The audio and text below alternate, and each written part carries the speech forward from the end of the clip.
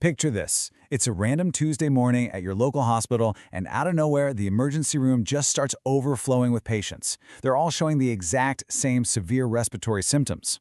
And the diagnosis? Completely unclear. Within, an hour, your PPE, your personal protective equipment, is critically low. By noon, you've got media vans parked on the lawn, and this really terrifying rumor is spreading like wildfire online. Internal communication networks are totally jammed up, and staff anxiety is literally hitting a breaking point. It is just absolute, pure chaos. Well, welcome to The Explainer. Today we're going to walk step by step through how organizations actually prepare for exactly this kind of nightmare. They do it by designing what's called a tabletop exercise, or a TTX. We're going to use this exact hospital outbreak scenario to show you how to go from just a blank piece of paper to a fully tested, disaster-ready team. Okay, let's dive into this. When a disaster actually strikes, whether it's a hurricane or a sudden infectious disease outbreak, what usually fails first?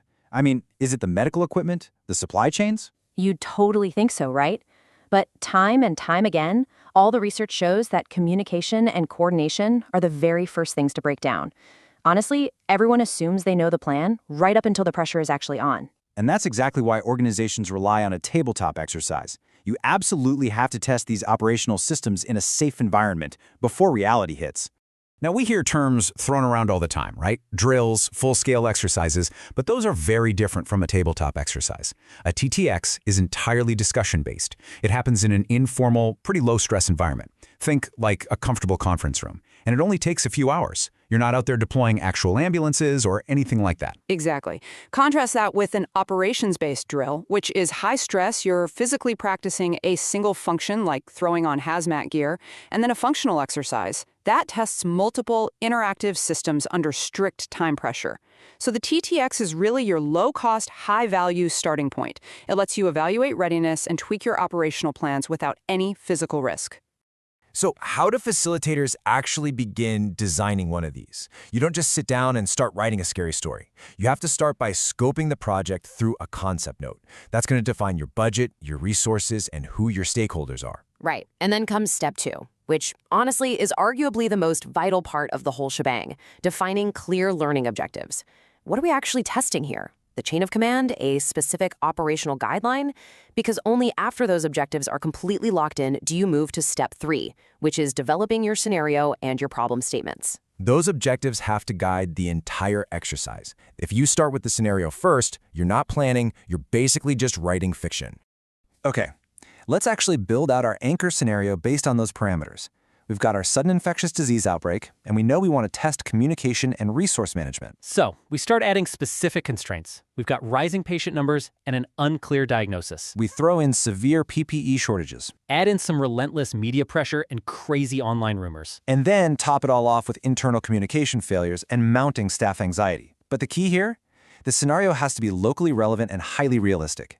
If it feels like some crazy sci-fi movie, your participants are just going to check out. You need them completely immersed in the story.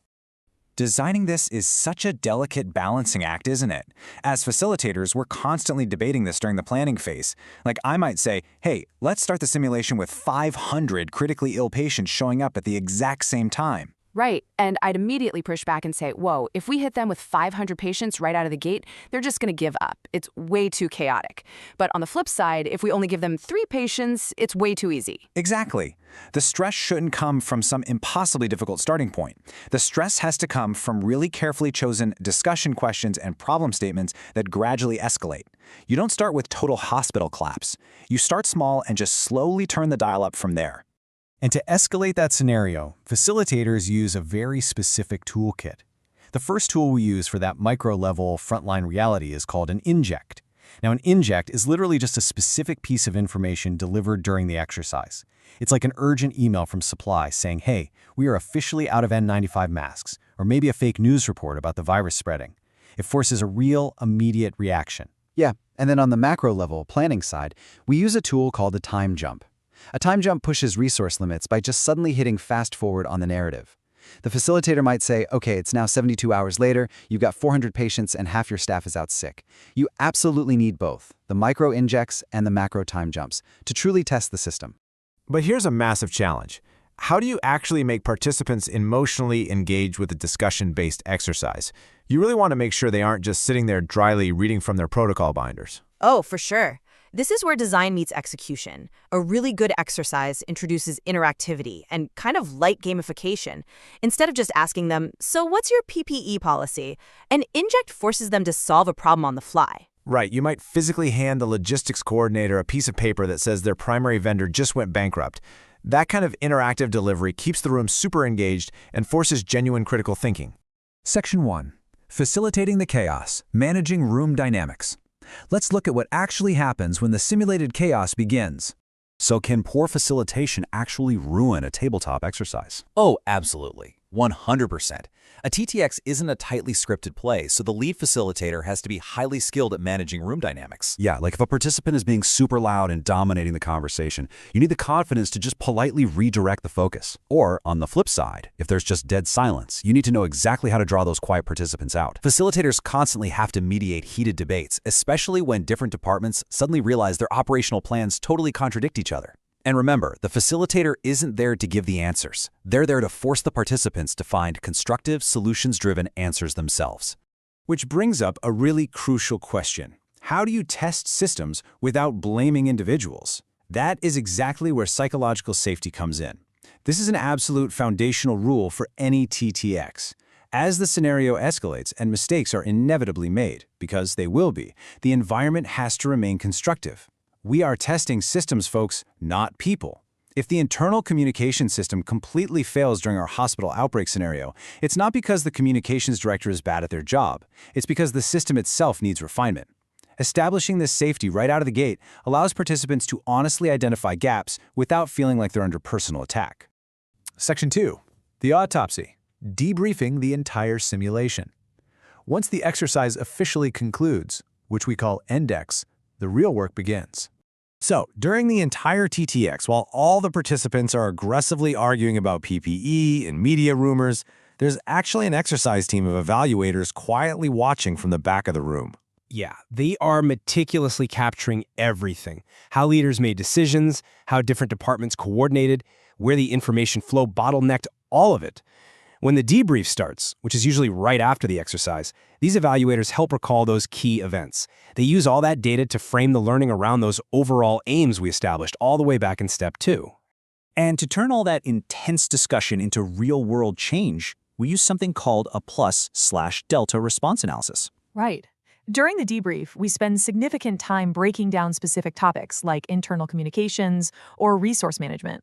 For each topic, the room collaboratively builds a list of things we did well, that's your plus, and then things that need improvement, that's your delta. But most importantly, this translates directly into a next steps column. This isn't just a venting session, guys. It's a structured mechanism to generate a highly actionable mission report that will genuinely enhance the organization's existing plans.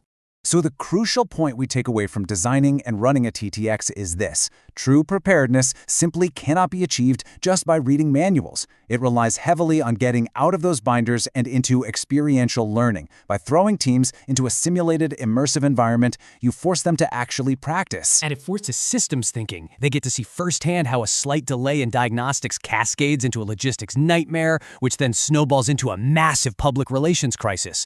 It fosters this culture of continuous improvement, where plans become living documents adapted through reflection rather than just dusty theoretical guidelines. Which brings us to our final thought. Think back to that chaotic hospital outbreak we started with today. If that happened tomorrow, how would your team react? Does everyone truly know their roles, or are they just assuming they do? It leaves us with a really critical question to consider. Is your organization's emergency plan just a heavy binder sitting untouched on a shelf somewhere? Or is it a living, breathing system that has been truly tested by fire? Because trust me, when the real emergency hits, you are going to be so glad you had the hard conversations during a tabletop exercise first.